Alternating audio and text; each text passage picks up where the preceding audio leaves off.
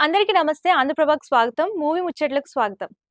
నేను మీ సంతోషి. ఒకప్పుడు cinema stars ఎక్కడో మద్రాస్‌లో ఉండేవాళ్ళు. ఏదో సినిమా షూటింగ్ విశేషాలు అక్కడక్కడ పత్రికల్లో కనిపించేవి. ఏదో సినిమాల శత దినోత్సవాల వేడుకల్లో కనిపించేవారు. వాళ్ళనొక ఆరాధ్య దైవాలుగా చూసేవాళ్ళు ఆడియన్స్. అంతే తప్ప వాళ్ళ పర్సనల్ లైఫ్ ఎలా ఉండేదో ఆడియన్స్‌కి తెలిసే ఛాన్సే చాలా తక్కువ. నౌఎడేస్ ఏ హీరో, ఏ హీరోయిన్ ఎక్కడికెళ్తున్నారు, ఏం చేస్తున్నారు, ఎప్పుడు ఏ డ్రెస్ వేసుకున్నారు అని మినిట్ టు మినిట్ లైవ్‌లోకి వచ్చేస్తున్నాయి. మూవీస్ క్యారెక్టర్సే కాక వాళ్ళ డైలీ లైఫ్‌లోని బిహేవియర్ కూడా ఆడియన్స్‌కి అప్‌డేట్‌గా ఉంటుంది. ఇదొక రకంగా ఎంటర్‌టైన్‌మెంట్‌కి మంచిదే అయినా ఒక్కోసారి వాళ్ళని అతిగా పట్టించుకుంటున్నామా అని అనిపిస్తుంది. 'పుష్ప 2' ప్రీమియర్ షో సందర్భంగా హీరో అల్లు అర్జున్ రావడంతో జరిగిన తొక్కిసలాటలో ఒక మహిళ మరణించడం, ఆమె కుమారుడు తీవ్రంగా గాయపడి హాస్పిటల్‌లో ఉండడం, సో అల్లు అర్జున్ అరెస్ట్, ఇవి కాక బెయిల్‌పై రిలీజ్ అయిన అల్లు అర్జున్ కనబరిచిన హావభావాలు, మాట్లాడిన మాటలు చాలా మందిలో కోపం తెప్పించాయి. ఈ విషయంపై మనతో మాట్లాడడానికి ఆంధ్రప్రభ స్టూడియోస్‌కి విచ్చేశారు senior film journalist Narayana Raj గారు. నమస్తే సార్. నమస్తే. సార్ ఇప్పుడేంటంటే అల్లు అర్జున్ పెట్టిన ప్రెస్ మీట్‌లో అల్లు అర్జున్ బిహేవియర్ గురించి, అలాగే చాలా మంది కొన్ని కొంచెం సీరియస్‌గా ఆయన బిహేవియర్ గురించి కొన్ని విమర్శలైతే జరిగాయి. సో దానిపైన అల్లు అర్జున్ యాటిట్యూడ్ గురించి మీరేమంటారు? ఇప్పుడు అల్లు అర్జున్ ప్రెస్ మీట్ సందర్భం చూసుకుంటే, అది సంధ్యా థియేటర్ దగ్గర జరిగిన ఒక ఇన్సిడెంట్. దాని తర్వాత వేగంగా జరిగిన పరిణామాలు, అప్పటికే ఆయన జైలుకి వెళ్ళి వచ్చాడు. ఒకరోజు అక్కడ ఉన్నాడు, తర్వాత బెయిల్ మీద బయటకు వచ్చాడు. అల్లు అర్జున్ ప్రెస్ మీట్కు ముందు రోజే తెలంగాణ రాష్ట్ర ముఖ్యమంత్రి రేవంత్ రెడ్డి గారు అసెంబ్లీలో ఈ ఈ సంఘటన మీద సవివరంగా స్పందించారు. ఆ స్పందనలో తన గురించి, తన క్యారెక్టర్ అసాసినేషన్ గురించి కూడా తన క్యారెక్టర్ తగ్గించే ప్రయత్నం ఉన్నట్టుగా ముఖ్యమంత్రి మాట్లాడినట్టుగా అల్లు అర్జున్ భావించి ఆ సమావేశం ఏర్పాటు చేశాడు.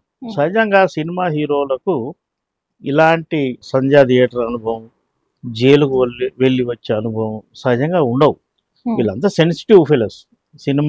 సినిమాల గురించి మాట్లాడే సందర్భం, సినిమా ప్రమోషన్లో భాగంగా ఇంటర్వ్యూలు ఇవ్వడం, అభిమానులతో ముచ్చటించడం ఇలాంటివే చేస్తుంటారు.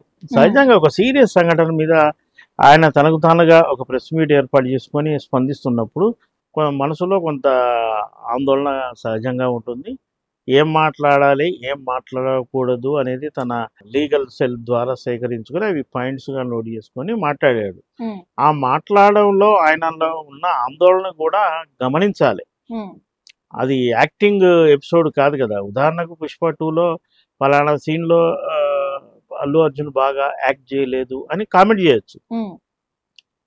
అతని ప్రొఫెషన్ అది. ఇది కాదు కదా. అనుకోకుండా జరిగిన సంఘటన మీద ఆయన స్పందించాల్సిన తరుణం వచ్చినప్పుడు ఆయనలో ఉన్న భావాలు, ఆందోళన అన్నిటిని పరిగణనలోకి తీసుకోవాలి. అంతే తప్ప అక్కడ కూడా నవ్వుతూ మాట్లాడాలి, నవ్వుతూ విషయం చెప్పాలి అని ఆశించడం కూడా సబబు కాదు. చాలా మంది కూడా అంటున్నారు, సో అల్లు అర్జున్ మంచి ప్రెస్ మీట్స్‌లో గానివ్వండి, అలాగే షోస్‌లో గానివ్వండి, ఎందులోనైనా సరే చాలా బాగా మాట్లాడతారు.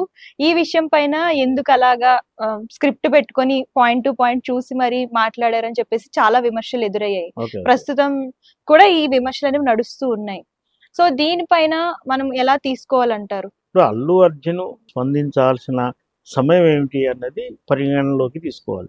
అసెంబ్లీలో ముఖ్యమంత్రి గారు మాట్లాడిన మీద ఒక సాధారణ నటుడుగా లేదా ఒక స్టార్గా తన భావాలు చెప్పుకోవాల్సి వచ్చినప్పుడు కొంత ఆందోళన సహజంగానే ఉంటుంది.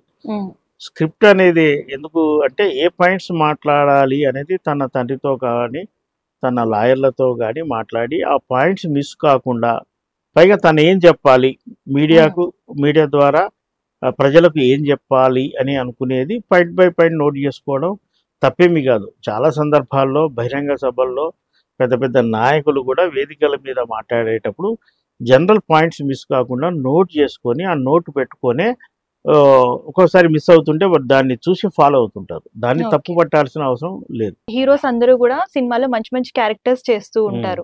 తెర మీద కనిపించినట్టుగానే వాళ్ళ రియల్ లైఫ్ లో కూడా అలాగే మంచిగా ఉండాలని ఎక్స్పెక్ట్ చేయడం ఎంతవరకు కరెక్ట్ అంటారు? ఇప్పుడు తెర మీద హీరోలు పాజిటివ్ క్యారెక్టర్లే చేస్తుంటారు. ఇది కొత్తగా వచ్చింది కాదు. నాడు రామారావు, నాగేశ్వరరావు, కృష్ణ, శోభన్ బాబు వాళ్ళు వేసిన మార్గమే ఇది. హీరో అంటే రాముడు మంచి బాలుడులా ఉండాలి, కుటుంబానికి ఒక అండగా ఉండాలి, కుటుంబం ఇబ్బందుల్లో ఉంటే ఆదుకోవాలి, పైకి తీసుకురావాలి. ఇలాంటి క్యారెక్టర్లు హీరోలు చేశారు కాబట్టి ప్రేక్షకులు వాళ్ళను ఆదరించారు, ఆరాధించారు, వ్యక్తిగతంగా ప్రేమించారు. ఆ తరహా క్యారెక్టర్లు. అయితే తర్వాత మార్కెట్‌లో జనరేషన్‌లో గ్యాప్ వచ్చింది. జనరేషన్‌లో యాటిట్యూడ్ మారింది. సోషల్ మీడియా అందుబాటులోకి వచ్చింది. వాళ్ళ హ్మ్. సగటు ప్రేక్షకుడు ఆశించేది కేవలం హీరో మంచి లక్షణాలున్న బాలుడు అని కాదు. అంతకంటే సంథింగ్ ఎక్స్‌పెక్ట్ చేస్తున్నారు. ఆ క్రమంలో కొంత నెగెటివ్ టచ్ ఉన్న క్యారెక్టర్లు చేయాల్సిన పరిస్థితి గూడా హీరోలకొచ్చింది. ఆ సినిమాలకు గూడా ప్రేక్షకులు ఆదరించారు. అంతే మాత్రాన హీరోలు పెర్ఫార్మెన్స్ కొద్దిగా నెగెటివ్‌గా ఉన్నంత మాత్రాన వాళ్ళ క్యారెక్టరైజేషన్ అలాగే ఉంటుందని భావించకూడదు. హీరోలు ఎలాంటి పాత్రలైనా చేసిన వాడినే పరిపూర్ణమైన నటుడు అంటారు. రామారావు గారు రాముడిగా చేశాడు. మనం నెగెటివ్‌గా చెప్పుకునే క్యారెక్టర్ రావణాసురుడు గూడా చేశారు. ఇదంతా సహజమైన ప్రక్రియ. సినిమాను సినిమాగానే చూడాలి. సినిమా నటులను ఆరాధించండి. మీకు ఇష్టమైన నటుడు ఉంటే ఆ సినిమాను ఒకటికి 2 సార్లు, 3 సార్లు చూసి ఆనందించండి. అంతేగాని హీరోలను ఫాలో అవ్వాలని అనుకోవడం మాత్రం సరికాదు. సార్, ప్రతి మనిషికి ఒక పర్సనాలిటీ ఉంటుంది. యెస్. సో వాళ్ళు ఇలాగే ఉండాలి, ఇలాగే చెయ్యాలి, ఇలా చేయకపోతే చాలా విమర్శలు ఎదుర్కొంటూ ఉంటారు. సో ఈ విషయంపై అల్లు అర్జున్ గారి పైన చాలా విమర్శలైతే వచ్చాయి. దాని గురించి మీ స్పందన ఏంటి సార్? సినిమాను తెర మీద హీరోని చూస్తాం. తెర వెనుక కూడా హీరో అలాగే ఉండాలని చాలామంది భావిస్తుంటారు. అది హ్మ్. సహజం కాదు. సినిమా అంటే మనకు కనిపించే స్క్రీన్ మీద కనిపించే బొమ్మ అది ఒక క్యారెక్టర్. ఒక డైరెక్టర్ క్రియేట్ చేసిన పాత్ర. ఒక రైటర్ అందించిన సంభాషణలు ఆ హీరో పలుకుతూ ఉంటాడు. ఆ సన్నివేశాలు, ఎమోషన్స్ ఇవన్నీ స్క్రీన్ మీద నటన. నటన అనే పదాన్ని వాళ్ళని ఫాలో అయ్యేవాళ్ళు చాలా సార్లు గుర్తు చేసుకోవాలి. అలాంటి అభిప్రాయం జనాలకు అంటే నెగెటివ్‌గా అది నటన గాదు. అలాంటి పెర్ఫార్మన్సే హీరోకు బయట ఉండాలంటే కుదరదు. ఎందుకంటే తెర మీద హీరో అయినా వ్యక్తిగత జీవితంలో అతను వ్యక్తి. తను చదువుకున్న నేపథ్యం, తన కుటుంబం, తనకు వ్యక్తిగత భావాలు, అతనికి వ్యక్తిత్వం, అతని ఆలోచన విధానం వేరుగా ఉండొచ్చు. ఆ పాత్రను నిజ జీవిత హీరో పాత్రను రెండిటికి టాలీ చేసి చూసుకుంటేనే కొన్ని అపార్థాలు దారితీస్తాయి. అలా చూడడం అభిమానులకు మంచిది కాదు. సార్, ఒక యాక్టర్‌కి మరి ముఖ్యంగా హీరోకి సోషల్ రెస్పాన్సిబిలిటీ ఉండడం ఎంతవరకు అవసరం అంటారు సొసైటీకి? సోషల్ రెస్పాన్సిబిలిటీ అని కేవలం యాక్టర్లకే కాదు అందరికీ ఉంది. హ్మ్. కామన్ మ్యాన్‌కి ఉంటుంది. సెలబ్రిటీలకు కూడా ఉంటుంది. సెలబ్రిటీ అంటే ఒక సినిమా హీరో మాత్రమే కాదు. క్రీడాకారులు కూడా ఉంటారు. లేకపోతే మిగతా రంగాల్లో ఉన్న సెలబ్రిటీలు కూడా ఉంటారు. అందరికీ సమాజం పట్ల బాధ్యత ఉండాలనుకోవడం కూడా తప్పు కాదు. ఎవరికైనా అది. ఒక అల్లు అర్జున్ దానికి మినహాయింపు కాదు. ఆయనకున్న రెస్పాన్సిబిలిటీ ప్రకారం ఆయన చేస్తుంటాడు. చేసిన ప్రతి పనిని ప్రచారం కోసమో, మరో దేనికోసమో వాళ్ళు చేసుకోకపోవచ్చు. కానీ ఒకటి సంఘటనలు చూసి లేదా పరోక్షంగా ఈయనకు సోషల్ రెస్పాన్సిబిలిటీ లేదు అని అనుకోవడం తప్పు. ఉదాహరణ మనం రోడ్డు మీద నడిచి వెళ్తుంటే రోడ్డు మీద అడ్డంగా ఒక రాయి ఉంటుందనుకో. అది దాన్ని పక్కకు జరిపి మిగతా వాళ్ళకి ఇబ్బంది కలిగించకుండా చూస్తే అది సోషల్ రెస్పాన్సిబిలిటీ. మనకేంటి అని పోతే మనం దానికి ఏమి చేయలేం. అలాగే హీరోలకు సోషల్ రెస్పాన్సిబిలిటీ ఉంటుంది. అందుకే వాళ్ళు సినిమాల్లో ఒక మేరకు క్యారెక్టర్లు అంటే అభిమానుల మీద ప్రభావం చూపెట్టి వాళ్ళు చెడు మార్గంలోకి వెళ్ళకుండా ఉండే పాత్రలనే వాళ్ళు ఎక్కువగా ఇష్టపడి చేస్తుంటారు. హిస్టరీకి సంబంధించి చాలా సినిమాలు చేస్తూ ఉంటారు. ఆ సినిమాలు సమాజాన్ని ఉద్ధరించడానికి స్క్రీన్ మీద కష్టపడుతూ ఉంటారు కదా! సో అవి వీళ్ళు ఎంతవరకు పాటించాలి? ఈ సినిమాల నుంచి మనం ఏం తీసుకోవాలి? ఆ పాత్రల్ని నిజ జీవితానికి ఆపాదించుకోకూడదని చెప్పాం కదా! హ్మ్. ఇప్పుడు 'గౌతమిపుత్రుడులో' బాలకృష్ణ కత్తిపట్టి యుద్ధం చేస్తాడు. హ్మ్. మరి నిజ జీవితంలో యుద్ధం చేయమంటే కుదురుతదా? పాత్రలు పాత్రగానే చూడాలి. హ్మ్. సార్, హీరోలు తెర మీద చూపించే పాత్రల ప్రభావం అది మంచైనా, చెడైనా జనాల్లో ఎలా ఉంటుంది సార్? ఆ ఇంపాక్ట్ ఎలా ఉంటుంది? అంటే ఎలా తీసుకుంటారు? కొంతమంది వీరాభిమానులు ఉంటారు. హీరో అవును. ఏది చేస్తే అదే చేయాలని అనుకుంటారు. హ్మ్. హీరో వేసిన డ్రెస్సే వేస్తారు. యెస్. హీరో ఏ స్టైల్‌లో సిగరెట్ కాల్స్తే అలాగే కాల్చాలని చెప్పేసి అదొక ప్యాషన్‌తో ఉంటారు గదా! అవును. సో జనాల మీద ఈ విషయాలు ఎంతలా ఎఫెక్ట్ చూపిస్తున్నాయి? ఇప్పుడు హీరోల మీద తీవ్రంగా అభిమానం పెంచుకోవడం అనేది ఇంతకుముందు చెప్పినట్టుగా ఒక 80, 90 ఇయర్స్‌గా ఉంది. హ్మ్. మనకు ఉంది. పొరుగున ఉన్న తమిళనాడు కూడా ఉంది. హ్మ్. హీరో గురించి అంటే ఇప్పుడంటే సోషల్ మీడియా ద్వారా లేదా మరో ద్వారా విషయాలు జనాలకు తెలుస్తున్నాయి. అవును. పూర్వం తెలిసేది కాదు. ఉదాహరణకు 'కృష్ణ' గారి అభిమానులు 'కృష్ణ' గారు సినిమా మీద కాకుండా ఆయన వ్యక్తిగతంగా వైట్ అండ్ వైట్ వేసేవాడు. హ్మ్. ఆయన ఫాలోవర్స్ కూడా అలాంటి డ్రెస్సింగ్ వేసుకొని ఉండడం, తిరగడం నేను చూశాను. అలాగే దసరా బుల్లోడు సినిమా వచ్చినప్పుడు నాగేశ్వరరావు గారి టైపు షర్టు, వాణిశ్రీ ధరించిన చీరలు ఒక ఫ్యాషన్గా ఉంది. నిన్న మొన్నటి వరకు గీతాంజలి సినిమాలో గిరిజ అనే యాక్ట్రెస్ చేసిన అది ట్రెండ్ కూడా అయింది ఆ డ్రెస్. ఇదంతా ఓకే, మీరు అన్నట్టు ఆ సిగరెట్ తాగడం వరకు, ఈ స్టైలిష్ వరకు ఓకే.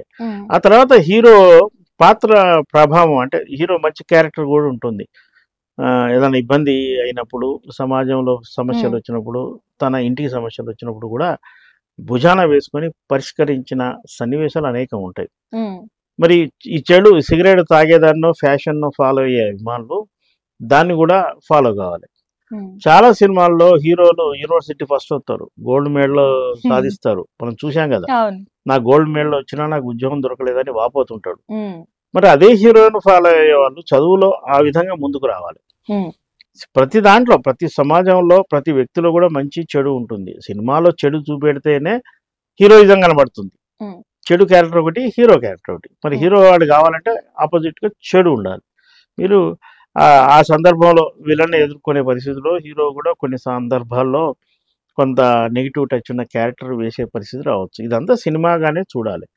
వాళ్ళని ఫాలో అవ్వడం తప్పు కాదు, వాళ్ళు చేసే మంచి పనులు కూడా ఉంటాయి, వాళ్ళు ఇన్స్పిరేషన్గా కూడా ఉంటారు. సామాజిక బాధ్యతగా కొందరికి ఆర్థిక సహాయం, కొందరికి భరోసా. ఇప్పుడు మహేష్ బాబు ఉన్నాడు, కనీసం 2000 మందికి ఆయన గుండె ఆపరేషన్ చేయించాడు, దాన్ని కూడా ఇన్స్పిరేషన్గా తీసుకోవాలి.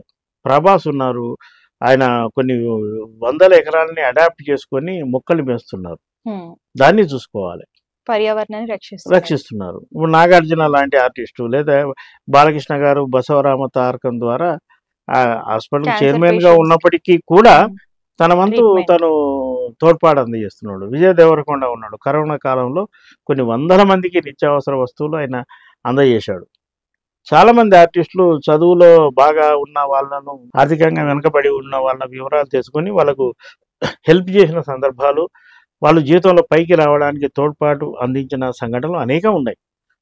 ఆ కోణం కూడా ఉంటుంది. నువ్వు చెడునే ఫాలో అవుతాను, చెడునే తీసుకుంటాను అంటే వాళ్ళ వ్యక్తిగతంగా నష్టం, వాళ్ళు జీవితం అంటే వాళ్ళు అంటే అభిమానులు జీవితంలో ముందుకు వెళ్లకుండా ఉండే అవకాశాలే ఎక్కువ ఉంటాయి. థ్యాంక్ యూ సార్, మంచి ఇన్ఫర్మేషన్ ఇచ్చారు మా స్టూడియోకి. Okay, thank you.